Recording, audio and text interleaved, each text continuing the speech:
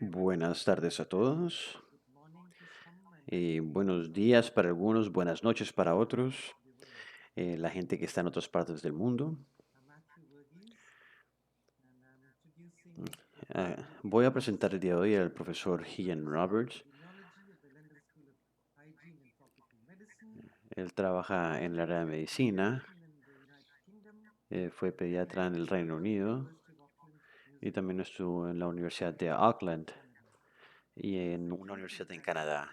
Es un académico que trabaja con profesionales de la salud del mundo entero, quienes hacen ensayos clínicos multicéntricos para mejorar los resultados de los pacientes y evidencias de investigación. Y eso es lo que me dijo cuando le pregunté cómo quería que lo presentara. Lo que no dijo eh, eh, es que su interés mayor es prevenir lesiones y la sostenibilidad en la salud.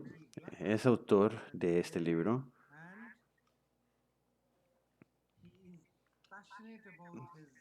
y le apasionan sus ideas sobre el uso de la energía, el uso del automóvil y cómo esto contribuye a la obesidad y problemas relacionados a la salud.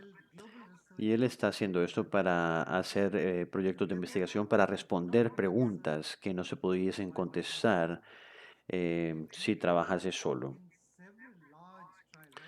Ha estado en diferentes ensayos,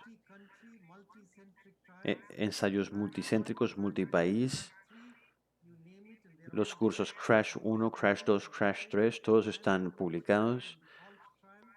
El ensayo HALT, todos ellos están disponibles y le ha encantado hacer ese tipo de trabajo. Trata de generar evidencia basada en la medicina, en la ciencia, perdón, para el sector salud.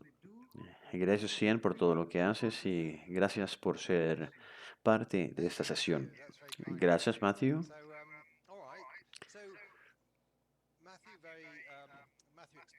Matthew ya explicó todo. A mí me encanta la prevención de las lesiones. Esta área es muy importante y las relaciones entre sostenibilidad y el cambio climático son muy obvias. Pero esta presentación se trata de tratamientos y yo siento que no se tiene que ser ideológico en cuanto a que la prevención es mejor que la cura. Yo creo que debíamos hacer lo que podamos para reducir las muertes en las carreteras y dar mejor tratamiento. Yo creo que es una de las formas en que potencialmente podríamos reducir las tasas de mortalidad en las carreteras. Y por mucho tiempo no tuvimos un tratamiento efectivo y era muy difícil poder abogar dentro de esta área, pero yo creo que ahora sí lo podemos hacer y vamos a hablar sobre ese tratamiento. En 1950 aproximadamente, esta mujer, Utako Katamoto, comenzó a trabajar en un tratamiento para hemorragia postparto. Ella estudió medicina e hizo investigación y durante esa época Japón era un país pobre. Las mujeres solían dar a parto y tenían hemorragias y morían, justo como sucede hoy en día en muchos países del mundo, especialmente en África subsahara y en el sur de Asia. Y ella esperó poder encontrar un tratamiento para la hemorragia postparto. Y esa persona es increíble. Estamos en el contexto post Segunda Guerra Mundial en Japón. Y se casó con otro científico que se ve atrás. Él es el señor Yokomoto y esa es su hija al frente. En esa época no se podía dejar los niños en ningún lugar, entonces lo llevaban al trabajo. Todos trabajaban y vivían juntos en ese laboratorio. Y ellos sabían que cuando alguien comienza a sangrar, el cuerpo trata de detener el sangrado formando coágulos. Y esto amarillo, estas hedras amarillas, pero también sabían que había una enzima en la sangre que se llama plasmina, que deshace esta fibra.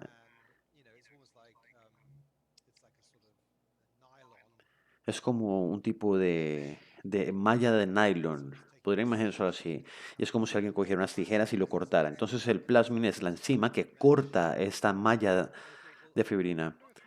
Y me preguntaba si podemos encontrar un medicamento que inhiba esta enzima, se preguntaban ellos. Y comenzaron a investigar e hicieron estudios de muchos compuestos y se dieron cuenta que el aminoácido lisina eh, inhibía esta enzima que se llama plasmin. Y desarrollaron una molécula, aquí pueden verla, que se llama ácido tranexámico, que es prácticamente la misma forma que la lisina, pero se pega a la plasmina de una manera más fuerte e inhibe la droga. Entonces inventaron esta droga que se llama ácido tranexámico que inhibe la plasmina, que es la que interfiere el proceso de coagulación. Y fue muy efectivo. Esta forma de expresar los resultados, solamente quería mencionarlo, es muy común en medicina, pero no es común en otras áreas de conocimiento. Entonces, básicamente, cuando se tiene, o la mejor forma de saber si el tratamiento es efectivo es haciendo un ensayo aleatorio controlado y se meten personas en dos diferentes grupos. Y debido a esta aleatoriedad, los dos grupos tienen un pronóstico idéntico como línea base. Pero uno recibe un tratamiento y el otro no recibe el tratamiento. Entonces, los resultados entre los dos grupos debido al tratamiento es lo que se estudia. Normalmente expresamos los resultados de los ensayos aleatorios como una tasa de riesgos. Es el riesgo del resultado en aquellos que recibieron el tratamiento dividido por el riesgo del resultado en esos que no recibieron el tratamiento, que recibieron un placebo. Entonces, si la tasa es de uno, quiere decir que el riesgo de los de tratamiento es igual a que no reciben tratamiento, por lo tanto el tratamiento no es efectivo. Si la tasa es menos de uno, significa que se sugiere que el tratamiento es mejor. Y si la tasa es mayor a uno, sugiere que el tratamiento es peor. Normalmente presentamos estas tasas de riesgos como un pequeño diamante. Y la parte gruesa del diamante corresponde a la tasa de riesgo. En este caso es 0,62. Y tenemos las puntas del diamante, que sería el intervalo de confianza, que sería el rango de valores que son compatibles con la posibilidad. Y pueden ver que aquí hay una evidencia que nos sugiere que el ácido tranexámico, si se toma antes de una operación, va a reducir el riesgo de morir por desangrado. Vimos esta evidencia y dijimos, wow, miren esto.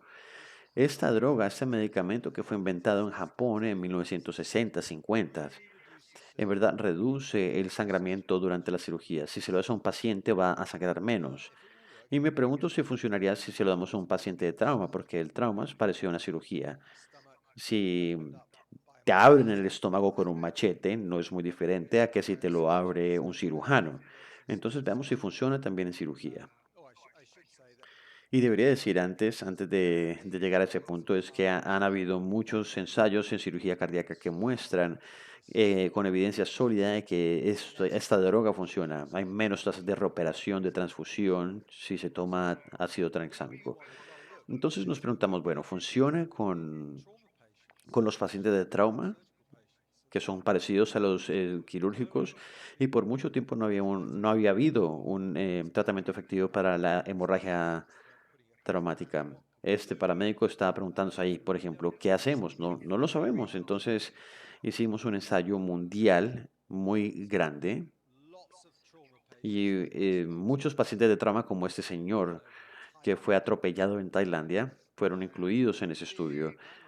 E hicimos un ensayo controlado enorme que se llama el ensayo Crash 2, Crash 2. Conceptualmente es muy sencillo. Se trata de tener suficientes pacientes, pero lo que se hace es que los pacientes llegan a los hospitales después de un accidente automovilístico, después de un tiroteo o de ser apuñalado y se ubica aleatoriamente para que se les suministre ácido tranexámico o un placebo.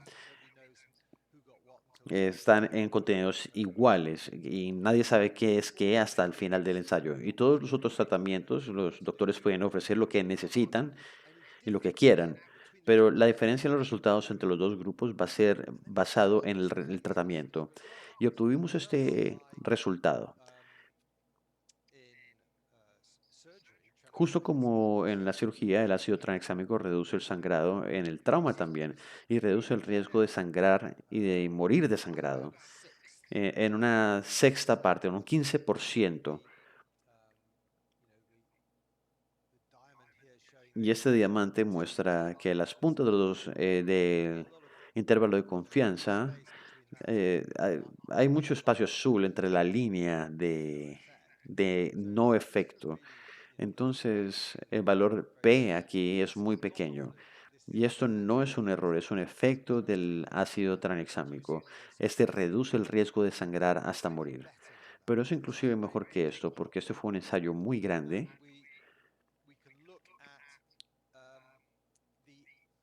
y pudimos ver cómo otros factores influenciaban el beneficio del tratamiento. Y planeamos ver el tiempo hasta el tratamiento, porque es obvio, si lo das tarde, el efecto no va a ser bueno, porque el ácido tranexámico funciona para prevenir el sangrado. Entonces se tiene que suministrar tan pronto la persona comienza a sangrar y no muy tarde. Si lo das en la primera hora, hay una reducción de un tercio entre 1 y 3 horas, una reducción de un quinto en el riesgo de sangrar sin morir. Si lo dan tarde, no funciona y según este análisis en particular podría ser inclusive ser dañino. Análisis posteriores no han confirmado que sea dañino, pero sí confirman los beneficios de suministrarlo tempranamente. Entonces, si se le da a los pacientes 3 horas después de haber sido lesionados, seguro no van a morir desangrados. Las primeras personas en interesarse en estos resultados fue el ejército británico y ellos comenzaron a utilizar el ácido tranexámico en Afganistán y en Irak. Y el ejército americano estaba escéptico porque después de todo esto era un resultado británico y obviamente lo vieron y tal vez dijeron, no, esto no aplica para los americanos. Es muy común esta forma de pensar, pero científicamente no tiene mucho sentido para mí. Pero bueno, el hecho es que hicieron un estudio en el ejército británico. Se me olvidó cómo es que se llama. Cambastian en Afganistán. Cambastian era un fuerte hospital que había allá. Y los soldados que llegaban y eran tratados por médicos británicos eran tratados con ácido tranexémico y los que no, y los que venían y eran tratados por los americanos no lo recibían. Y se estudiaron los dos resultados. Y esto no fue un ensayo randomizado o aleatorio, pero lo que encontraron es que en promedio los soldados de los médicos británicos estaban más enfermos, pero aún así tenían menor tasa de muerte significativamente. Y juntando eso con los exámenes Crash 2, dieron un resultado y por eso los americanos comenzaron a utilizar el ácido tranexámico. A mí se me invitó a hablar con los generales del ejército americano y los médicos del ejército para hablar sobre el ácido tranexámico. Y no son epidemiólogos, son cirujanos en su gran mayoría. Entonces, ¿cómo se le podría explicar una reducción del punto 6 en las posibilidades de morir por hemorragia? Entonces fui al cementerio y le tomé una foto a este monte que tiene 100 tumbas. Y todas esas son tumbas de soldados que fueron dados de baja en Afganistán y en Irak. Y les mostré cómo se un tercio de reducción. Y nadie va a decir que esto no es significativo, convertir esto en esto. Y esto es un beneficio importante. Y lo entendieron. Obviamente todo el mundo va a preguntar sobre los efectos secundarios. Y esto es un medicamento que ayuda a las personas a coagular deteniendo la destrucción de los coágulos. Entonces sí se puede reducir el sangrado, pero vas a causar una coagulación que no se quería. Pero lo interesante es que no sucedió. Y si vemos la primera línea, cualquier evento trombótico, hubo 1.4% en el grupo de ácido tranexámico y 2.1 en el grupo placebo. En otras palabras, era una reducción significativamente importante en la coagulación no deseada con el ácido tranexámico. Entonces todo el mundo se preocupa por los efectos secundarios del ácido tranexámico, pero los efectos secundarios trombóticos de hecho no sucedían, de hecho los prevenían. Sí, Matthew.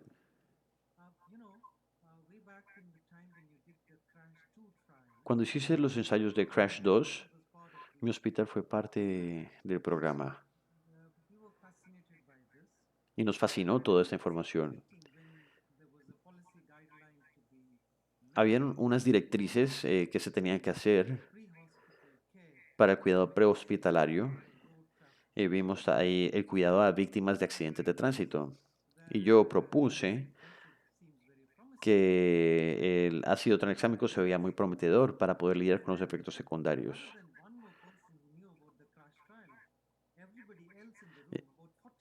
Y unas 40 personas en el cuarto dijeron que esto era un medicamento que promueve la coagulación.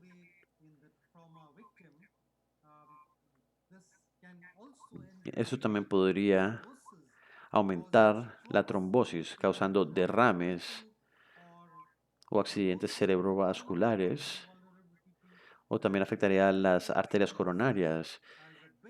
Y también en trombosis de vena profunda podría ser otro riesgo, y la embolia pulmonar podría ser otro riesgo. Entonces, pensamos que no, a menos que tengamos un perfil de seguridad completo, no permitiremos que este medicamento sea recomendado para el uso de emergencia.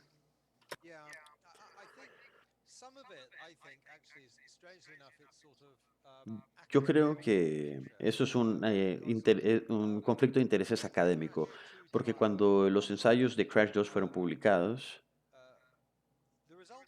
los resultados eran bastante certeros, creo. Nunca había visto que se viese tan bien, pero la gente lo veía como una oportunidad para tener subvenciones, para hacer ensayos en sus propios países sobre el ácido tranexámico. Entonces Australia dijo, por ejemplo, los doctores de Australia dijeron, necesitamos hacer un ensayo, tenemos que confirmarlo en Australia, en Estados Unidos dijeron lo mismo, tenemos que confirmar esto en Estados Unidos. Y tuvieron que hacer, llegar a un caso de por qué tenemos que confirmar esto en otros países, porque esto se hizo en 40 países, pero no en Estados Unidos y en Australia. Y cuando una persona es herida, es lesionada, ya sea en Estados Unidos o en Australia, van a sangrar de igual manera. Y trataron de tener financiamiento para poder, hablando sobre los riesgos de seguridad, tratando de tener subvenciones de esta manera. Y para ser justos también, ellos tenían muchas personas que habían invertido en una droga que se llama Activated Factor 7A o factor 7A activado, no basado en ningún resultado de ensayo, sino de un mercadeo hecho por las compañías farmacéuticas. Y esto causaba, perdón, coagulación no deseada y era muy sensible. ¿Puedo agregar algo más? Estas mismas personas que estaban rehusando aceptar el ácido tranexámico, muchos de ellos habían visto que se aumentaba la trombosis y decían que no se podía utilizar. Pero tu estudio es muy diferente al de las víctimas. Los pacientes con sangrado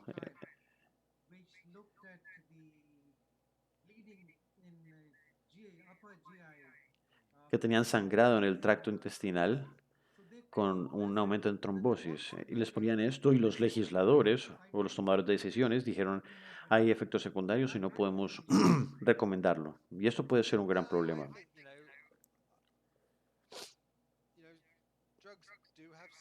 Los medicamentos tienen efectos secundarios, pero todo tiene que ser impulsado por la evidencia, y esta es la evidencia del trauma. Les voy a mostrar más evidencia más adelante. Pero si se da ácido tranexámico tempranamente, no hay evidencia de que aumente el riesgo de trombosis.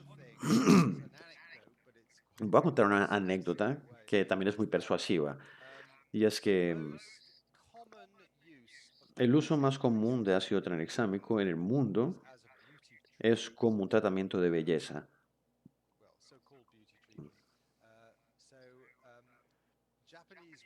En las mujeres japonesas o asiáticas les encanta aclarar su piel. Y un efecto que tiene el ácido tranexámico es en las meláncidas, porque aclara la piel. Entonces se vende en las droguerías y las mujeres toman 75 miligramos todos los días para aclarar su piel. Sí, y, no y ninguna se está muriendo de trombosis. Entonces, bueno, voy a continuar. Esa es la anécdota. Entonces el tratamiento funciona en todos lados. Y este diamante es el efecto del tratamiento. Y se muestra que funciona en diferentes lugares. Aquí tenemos a Asia, Latinoamérica. Estos no son diferentes estadísticamente. El tratamiento funciona en todos lados.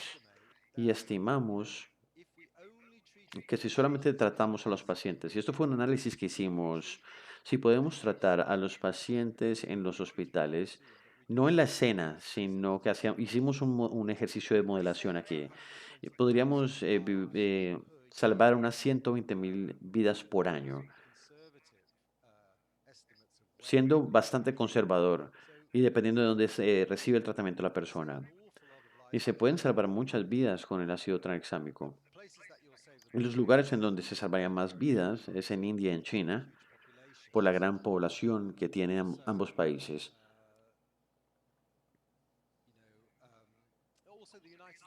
Pero Estados Unidos también se beneficiaría porque ya les encanta matarse a tiros, y es su derecho constitucional.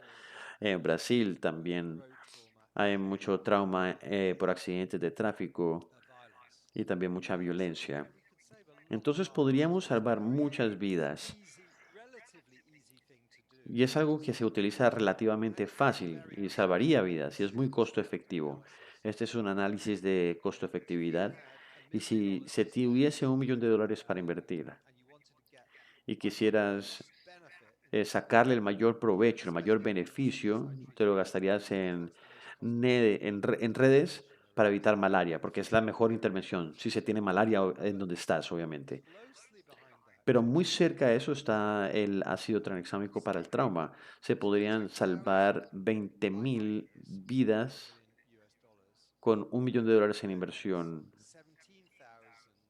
en mallas para mosquitos y 17.000 vidas si se invierte ese $1 millón en el ácido tranexámico y 800 vidas si inviertes en tratamientos antirretrovirales para VIH.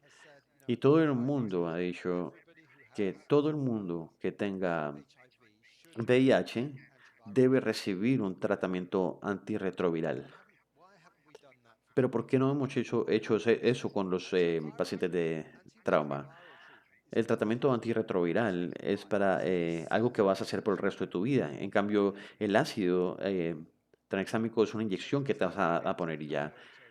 Si se pone en la lista, fue agregado en la lista de medicamentos esenciales para la OMS en el 2010, pero eso no quiere decir que se vaya a hacer. Y después del ensayo Crash 2, las lesiones en la cabeza eran una de las contraindicaciones, pero pensamos, bueno, ¿por qué es una contraindicación? Porque la gente tal vez lo puso en esta lista porque deben tener cuidado, pero nos preguntábamos si en verdad era una contraindicación válida. Entonces hicimos otro ensayo que se llama el ensayo Crash 3, donde estudiamos 13.000 pacientes y los resultados son exactamente iguales que el ensayo Crash 2. El Crash 2 y el Crash 3 son solamente partes de un ensayo grande en combinación. Demuestran claramente que el ácido tranexámico reduce la muerte, especialmente cuando se utiliza el día de la lesión, pero reducen las posibilidades de morir por un trauma. Y aquí se hicieron otros ensayos pequeños en Estados Unidos. Este que se llama Rowell 2020, el ensayo STAMP. Y estos son ensayos pequeños que hicieron en Estados Unidos para probar que los resultados eran iguales, así sea en Estados Unidos. Y como eran porque eran pequeños, el intervalo de confianza es muy amplio, pero sí son consistentes con los ensayos de crash. Y cuando los sumas a los crash, el tratamiento o los resultados son inclusive más persuasivos.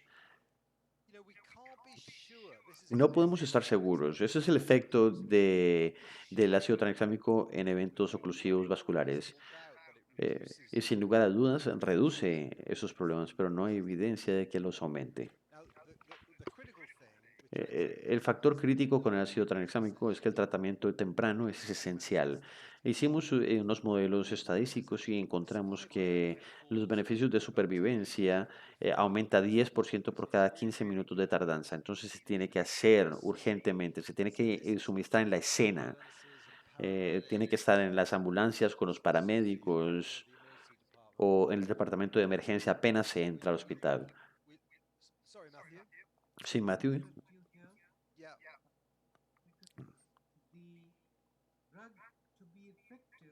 Para que el medicamento sea efectivo, tiene que suministrarse en 3 horas después de la lesión. Después de 3 horas no es efectivo. Aquí el reto entonces es que, además de los conductores de las ambulancias y los paramédicos, ¿a quién más se le podría suministrar? Porque la evidencia está a favor del medicamento. Esos son los únicos medicamentos que tienen suficientes estudios del mundo entero y demuestra que ayuda y que también es seguro.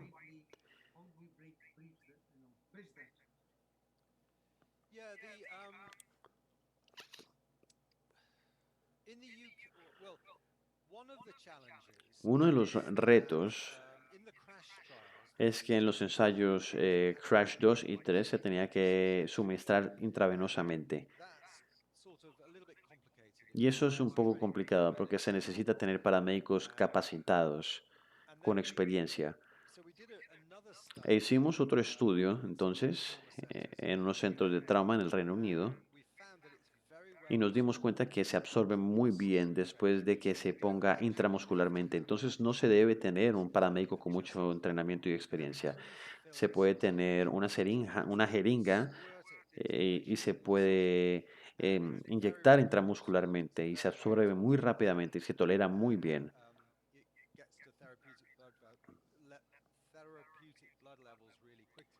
y llega a la sangre muy rápidamente. Esa sería una forma de hacerlo. Y eso responde a mi pregunta, que la implementación está escalando, porque el acceso intravenoso en el contexto prehospitalario ha sido uno de los retos más grandes que se han tenido. Pero estuvimos hablando sobre cuánto se demora tener acceso intravenoso. Esta forma de suministrar el medicamento puede cambiar todas las cosas. Creo que tienes razón, Matthew. Yo creo que eh, en muchos países, por ejemplo, en Pakistán, yo sé que desarrollaron un nuevo servicio de ambulancia. Y la gente que trabaja en esas ambulancias o en las ambulancias en general no son capacitados como paramédicos. Tal vez no puedan suministrar una inyección intravenosa, pero sí una intramuscular. Y creo que si podemos hacer que esto sea parte de la identidad de los paramédicos, sería excelente. El ejército británico está trabajando en un autoinyector de ácido tranexámico por si un soldado pisa una mina y está sangrando. Él se puede inyectar a sí mismo o a su colega, sus compañeros. Estamos viendo si podemos tener una inyección de bajo costo.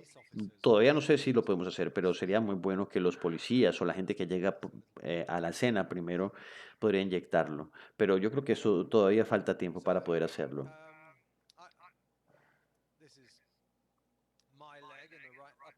En la parte derecha superior es mi pierna y mi hija me está inyectando ácido tranexémico y quería saber si dolía. Entonces me está inyectando 5 mililitros y no duele. Yo pensé que 5 mililitros era una inyección bastante grande y creía que iba a ser bastante doloroso, pero no dolió, inclusive con un voluntario sano como yo. Entonces en un paciente con trauma no creo que vaya a ser algo que duela demasiado. Y esos son algunos artículos que hablan sobre el uso intramuscular.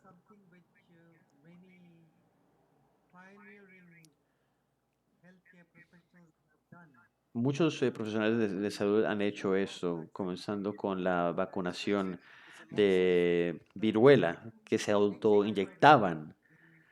También con el H. pylori hicieron lo mismo, con la bacteria.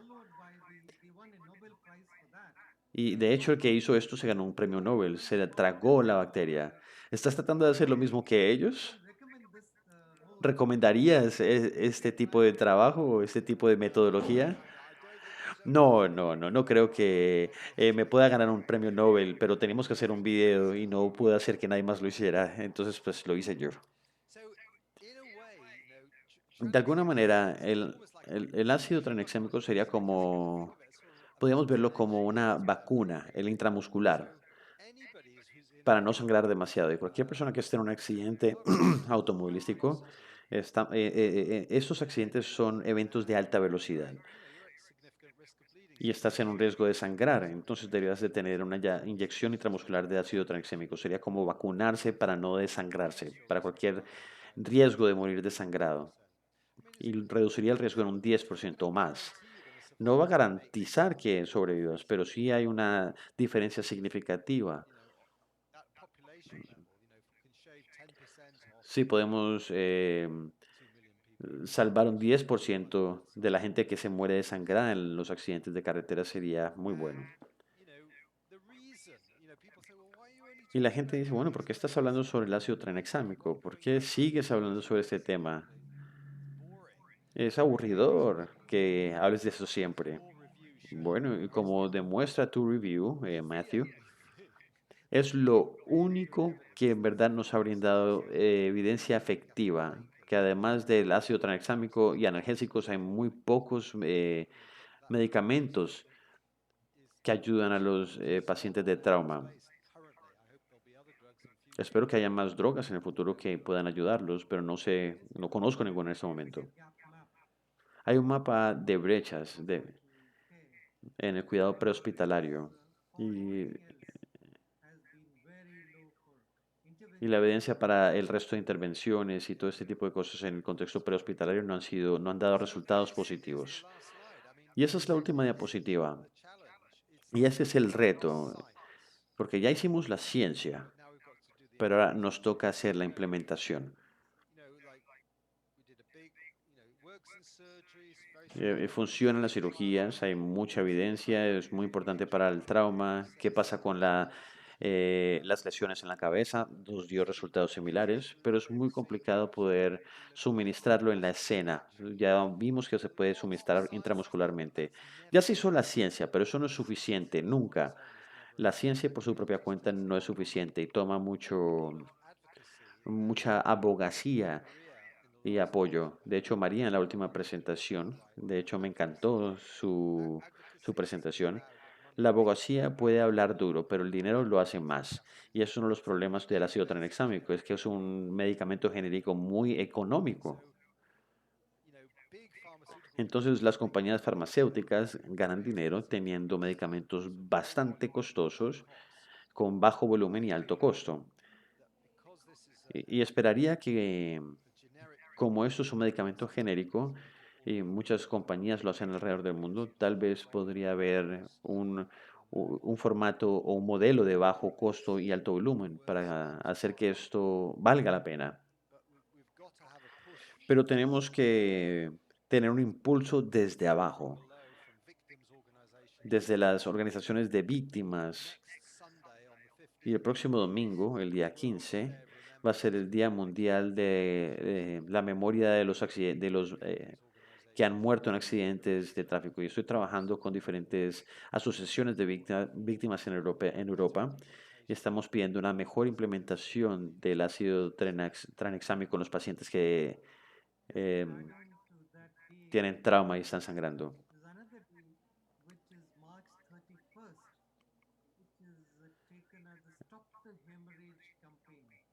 Va a haber una campaña en marzo 31 que se llama Detén la hemorragia.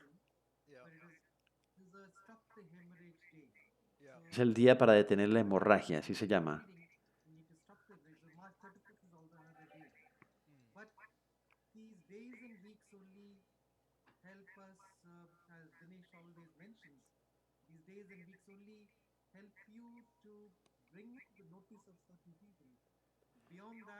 Hacer este tipo de eventos lo que hace es llamar la atención de algunas personas, pero más allá de eso no funciona mucho. Y como lo dijo María, el dinero habla más duro. Y como es un medicamento genérico, tal vez muchos no lo sepan, pero si se tiene un medicamento nuevo, la compañía que lo fabrica tiene una patente y la patente puede durar 10 a 20 años y después de eso cualquiera puede fabricarlo. Y cuando todo el mundo comienza a fabricarlo, baja el precio.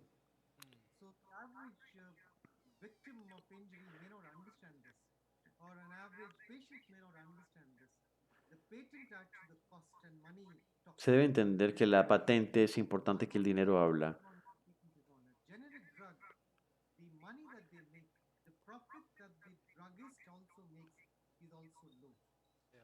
Las ganancias con estos medicamentos genéricos es muy bajo también, por lo tanto no se va a impulsar demasiado su utilización. Se tiene que impulsar desde abajo, comenzando por las organizaciones de víctimas. Y así suceden muchas cosas en medicina. Y esto lo estuvimos hablando el otro día. Por ejemplo,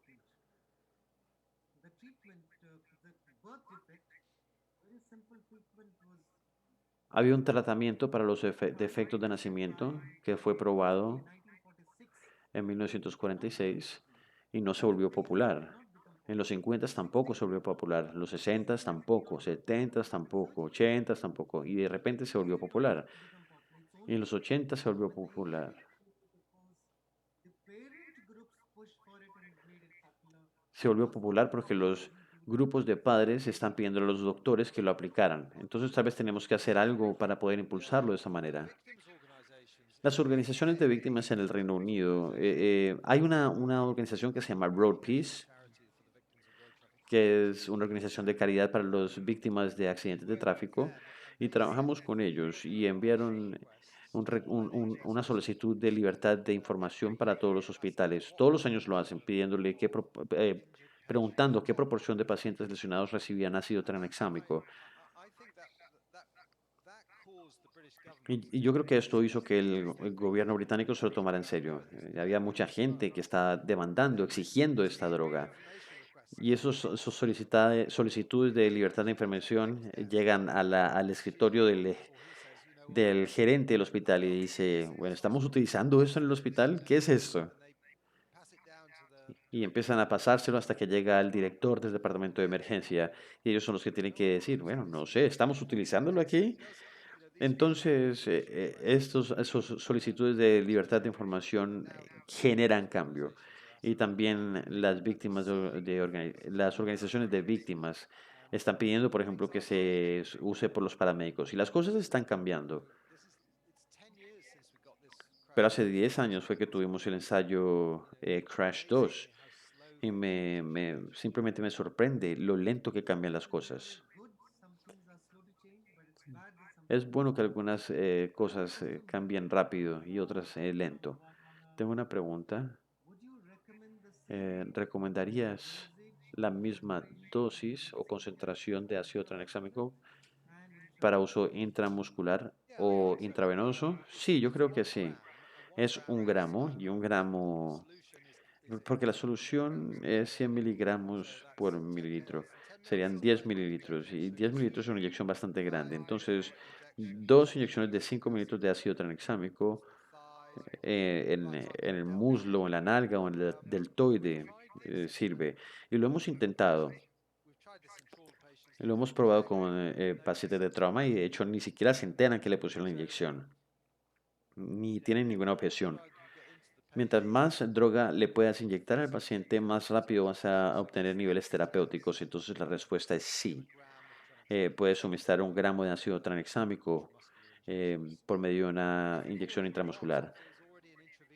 Pero si ya hay una línea intravenosa puesta, se lo puede suministrar intravenosamente. Pero todo el mundo dice, yo puedo poner una intravenosa, una línea intravenosa en 2 minutos. Pero como Matthew me lo dijo hace un par de días, la evidencia no nos dice que sea así. No recuerdo cuáles son los números, Matthew, pero toma más de 2 minutos, mucho más de poder poner una vena intravenosa, más de lo que la gente dice. Sí, hasta 7 minutos.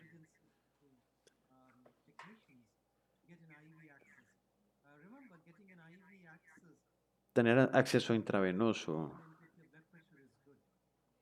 Eh, un paciente, un paciente consangrado le baja la presión sanguínea. Cuando baja, colapsan las venas. Entonces, tener acceso intravenoso en un contexto prehospitalario en un paciente que está entrando en shock es muy difícil. Y también cuando estás afuera y hay mucha gente en el punto del accidente, el poder usar esa inyección y ponerla justo en la vena, en ese contexto, se necesita tener unas habilidades increíbles psicomotoras. Se ve normal en un hospital, pero en el lugar del accidente puede ser difícil. Y por lo tanto hay diferentes métodos para que sea fácil. Y yo creo que tener efectos con estas dosis que mencionas va a cambiar todo también.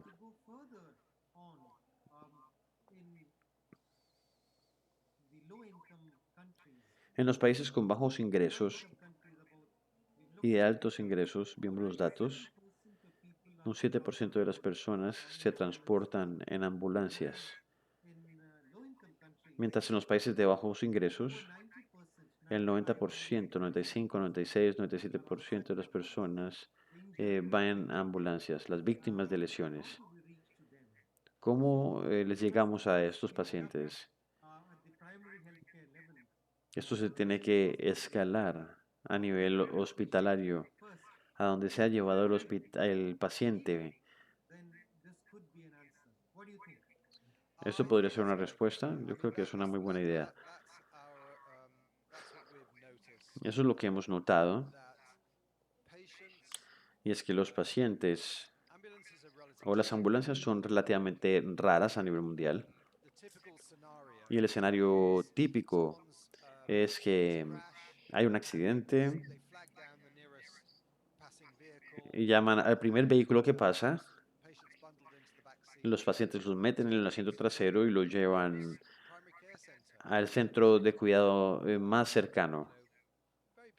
Y normalmente son hospitales muy básicos o centros de salud con una cruz roja y ya.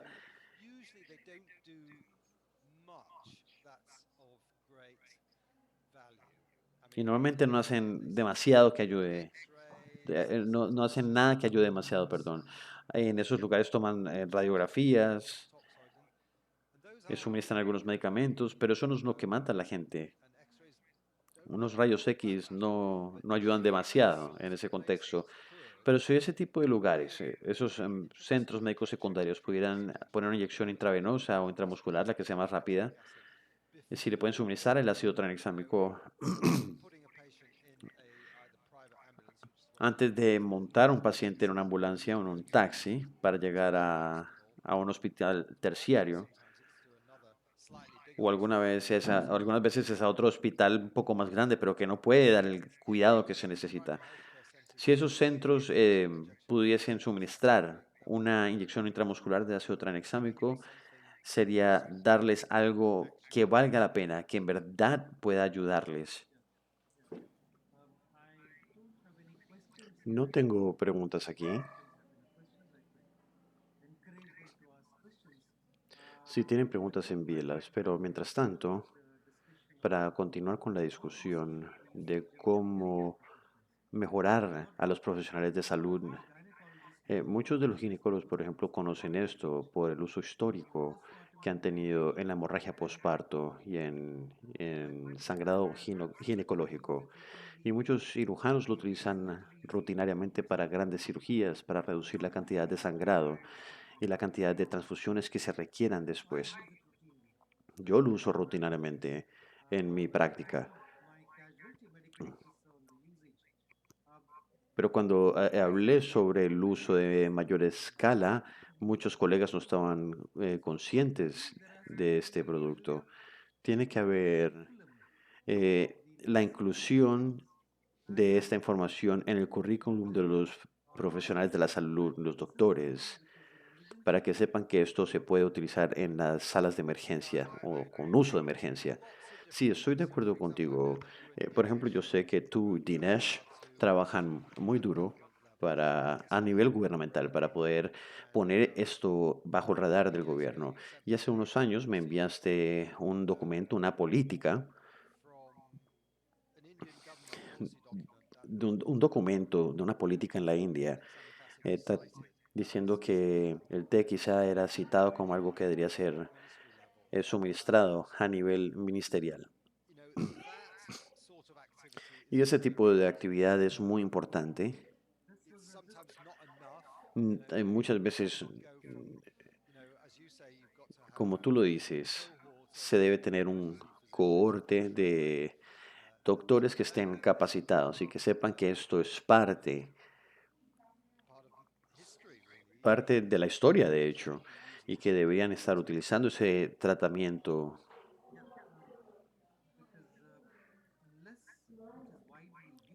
A menos de que se use ampliamente, se van a perder más vidas de pacientes. El mapa de brechas de intervenciones en el cuidado prehospitalario debería afectar todo lo que hacemos.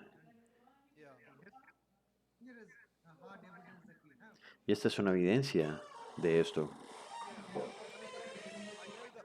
Sí, yo sé que la mayoría de las personas que están escuchando esta llamada o esta presentación va a estar interesada primordialmente en la prevención de cualquier tipo de accidente, obviamente. Pero si en tus charlas también hablas sobre el cuidado post-accidente y la necesidad de que haya tratamientos basados en evidencia, el tratamiento de ácido tranexámico para todas las víctimas de los accidentes de carros o de vehículos, creo que estarías ayudando a la causa. Y asegúrense de no ser ideológicos también, porque se quieren salvar vidas. Sin embargo, de la forma en que lo puedas hacer. De hecho, en el Reino Unido, gran parte de la reducción en las muertes por trauma en los últimos 20 años ha sido debido al tratamiento, a tratamientos. La proporción de pacientes lesionados que muere ha caído radicalmente. Entonces, el tratamiento, no podemos olvidarnos de los tratamientos, porque tienen un rol que jugar. Y yo soy pro prevención y rehabilitación. Y no digo que uno sea más importante que el otro, simplemente digo qué es lo que funciona. Ese es el único criterio que tengo o que me gustaría aplicar. Si funciona, me gusta. Sí, eso es un punto importante que estás tocando. El tratamiento es tan importante porque en los países de bajos ingresos, debido a lo que ven en los países de altos ingresos, todos los pacientes son tratados en ambulancias em, con muchos equipos costosos dentro de ellas. Y cuando son llevados a un hospital donde el tratamiento no está a la par de la ambulancia, y esto no ayuda al paciente. Entonces se pasan los muertos de la carretera al hospital y no queremos hacer eso. Queremos que la gente llegue a casa y esto necesita que haya cuidado desde la carretera hasta cuando la persona está de regreso a casa. Y esto es un mensaje importante que se puede transmitir, que el tratamiento es muy importante también. Y el TXA, lo bueno es que si no se sangra hasta morir, se recupera por completo. Hay una recuperación completa. No es como si quedaras con alguna discapacidad terrible por la pérdida de sangre. Si puedes detener el sangrado, salvas una vida sin causar ninguna discapacidad. Imagínense que hay una persona joven, podría haber muerto, pero hoy en día está vivo y es una persona funcional. Eso es algo muy positivo. El ensayo Crash 3 tuvieron hallazgos significativos por las lesiones en la cabeza. Podemos hablar de las motocicletas. Las motocicletas son un modo de transporte económico.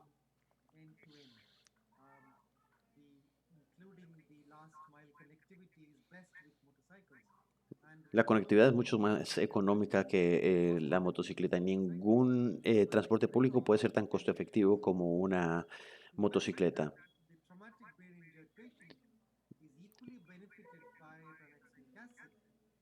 Y los accidentes que tienen las personas en moto causan muchas lesiones en la cabeza y el ácido tranexámico puede también ayudar a salvar la vida de muchos pacientes que tienen este tipo de accidentes en motocicletas.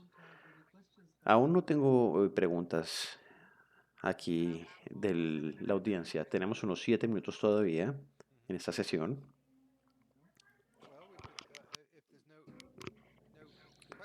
Si no hay preguntas, podríamos terminar más temprano.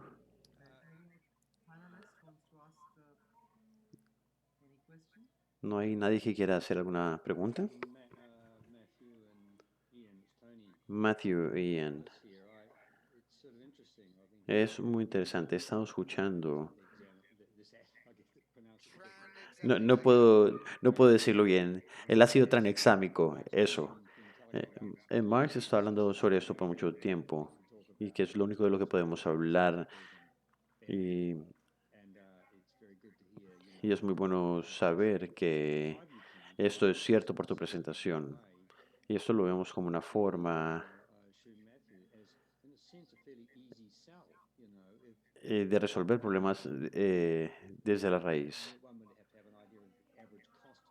Uno tendría que saber cuál es el promedio y el costo del tratamiento, pero funciona. Y tener algo que funcione, que hace énfasis en los primeros que responden en emergencias en los países de bajos ingresos y medios ingresos.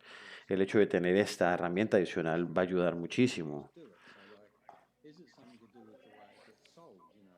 Entonces se tiene que ver cómo se vende. Esto puede ser como, no es como un casco per se.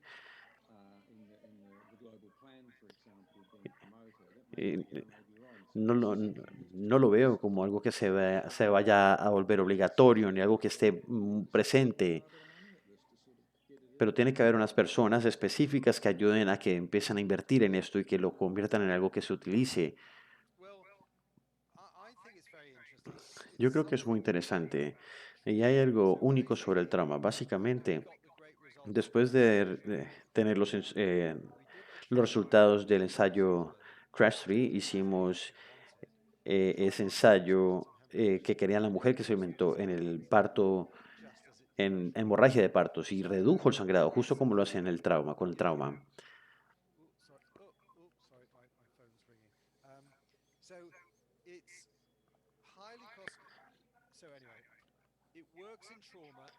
Funciona con trauma y funciona con la hemorragia postparto. Y la OMS eh, em, se enfocó en la parte de la hemorragia postparto porque ellos creen que las mujeres de todo el mundo deberían recibir ese medicamento. Y hay mucho esfuerzo a nivel de generación de políticas para eso, pero no sucede lo mismo con el trauma. El beneficio que obtienes para tratar la hemorragia postparto es grande. Igual es mucho menos que las muertes por trauma. Entonces yo creo que tendríamos que enfocarnos también en la política para poder impulsar esto en trauma.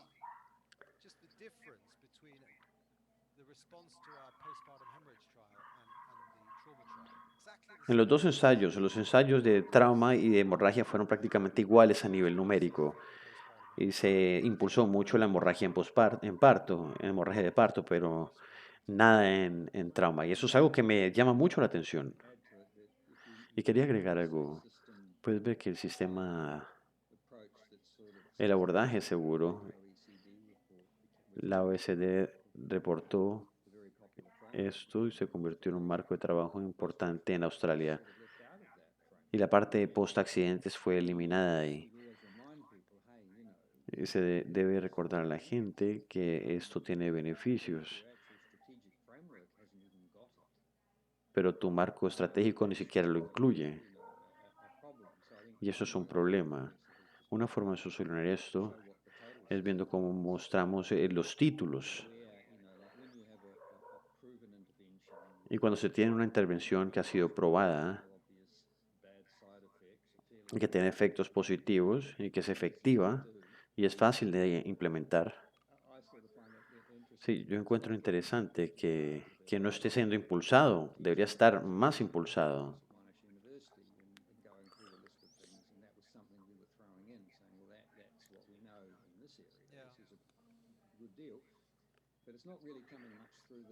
Pero la verdad no está, en la comunidad de seguridad en los automóviles o vial no está hablando mucho de esto. Y sucede porque su pilar ha sido removido. En el pasado ese pilar se había removido, se dejó por fuera, porque cuando tú dices o piensas en qué es efectivo y seguro, no habían demasiadas cosas disponibles. Como mostró Matthews, podrías estar más seguro de cosas que no funcionan a que sí, las que sí funcionan. Pero ahora tenemos algo que en verdad funciona. Entonces es momento para que todos los profesionales de la seguridad vial, como tú, que incluyan este último pilar en los foros para poder defenderlo de verdad y decir, miren, el ácido tranexámico funciona en la escena, debemos de hacerlo, es costo efectivo. Hablaste sobre el costo del tratamiento y cuesta unas 3 libras con 50 tratar a un paciente con 50 centavos. Para poner en contexto, cuando ven las pruebas en Victoria, en Australia, el costo por prueba es muy alto y la efectividad de los de es muy baja porque esencialmente se convierte en un modo de aprehensión.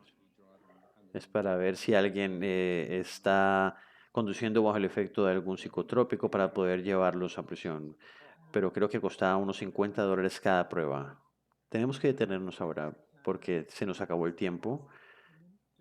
Quería decir algo más. Las metas de desarrollo sostenible hablan sobre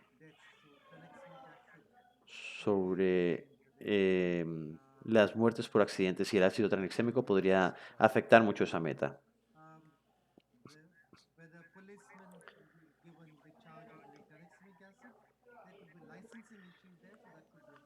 El único problema podría ser el licenciamiento del ácido tranexámico. Di lo último ahí y podemos detenernos. Solamente quería agradecerte, Matthew, por compartir esta sesión y gracias a todas las personas que escucharon. Yo sé que vinieron para escuchar una presentación de su interés primario, que es la prevención de accidentes de tráfico, pero por favor no se olviden que el cuidado post-accidente es muy importante. Si alguien pregunta qué funciona, recuerden el ácido tranexámico y muéstrenles esas diapositivas. La gente las puede utilizar. Utilícenla con libertad. Lleven algunas diapositivas, las ponen en sus presentaciones y esto ayuda a regar la palabra. Muchas gracias.